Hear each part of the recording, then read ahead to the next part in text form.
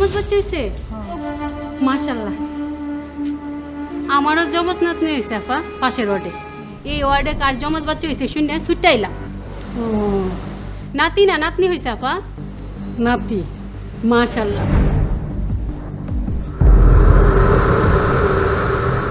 কি সুন্দর দুইটা সান আপা। মধু খাওয়াইছেন? না হের বাপে তো মধু আনে নাই। কোন কি এত সুন্দর সান মুখ দুইটারে মধু খাওয়ার নাই? খারান আমার কাছে মধু আছে, আমি মধু লই আইতাছি।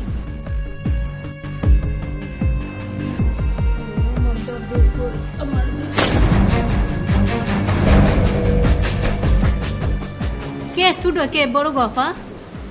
মায়ের কুলেরটা বড়, তোমার কুলেরটা ছোট। ওর নাম কি রাখছেন? মায়ের স্বপ্নের নাম পাইছে। স্বপ্নের নাম পাইছে?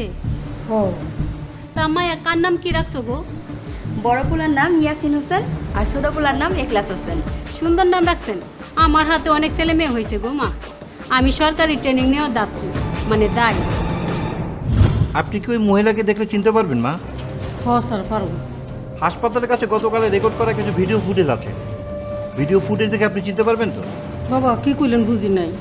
মানে ভিডিও করা ছবি দেখে চিনবেন তো? হ স্যার পারবো। ঠিক আছে, কষ্ট করে আমাদের সাথে একটু চলেন। আপনিও চলেন।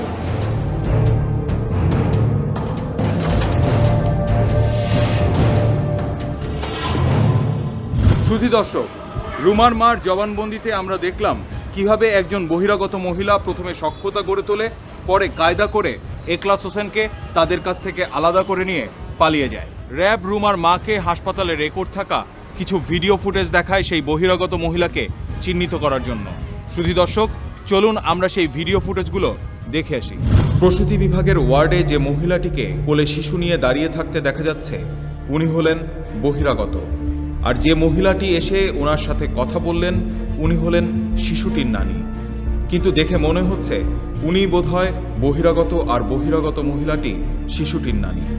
এই মহিলা সবাইকে বলেছে রুমা নাকি তার ঘনিষ্ঠ আত্মীয়।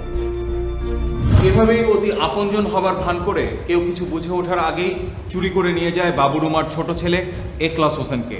র্যাব ভিডিও ফুটেজ আর কিছু তথ্যের মাধ্যমে শুরু করে তাদের উদ্ধার অভিযান। আসসালামু আলাইকুম। ওয়ালাইকুম আসসালাম। আপনার নাম রাশেদা খানম পারভীন? জি স্যার। আপনি আমাদের সাথে র্যাব অফিসে চলেন। বসেন। যা বলবেন সত্যি বলবেন, মিথ্যা বললে কঠিন শাস্তি পাবেন। স্যার আমি সত্য কথা কমু। আপনার পেশা কি? স্যার আমি সরকারি ট্রেনিং প্রাপ্ত যাত্রী। মিথ্যা কথা। জি না স্যার, সত্য। আমার সার্টিফিকেট আছে। বাচ্চা চুরি কবে থেকে করেন? কে কইছে স্যার আমি বাচ্চা চুরি করি? আমি তো হ্যাগো কাছ থেকে বাচ্চাটা কয়ে নিছি। এই প্যাটটা দেখছো?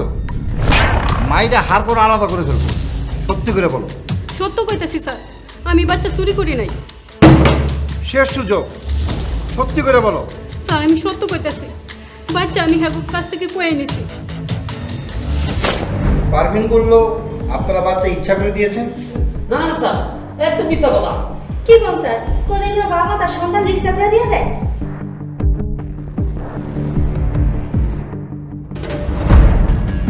সত্য কথা কইতেছি স্যার, আমি কোনো মিথ্যা কথা কই নাই। চোরের মায়ের বড় গলা না? Nazmul, yes sir. ওর জীবনের শেষ খাওয়ার ব্যবস্থা করো। Yes sir. জীবনের শেষ খাওয়া মানে স্যার?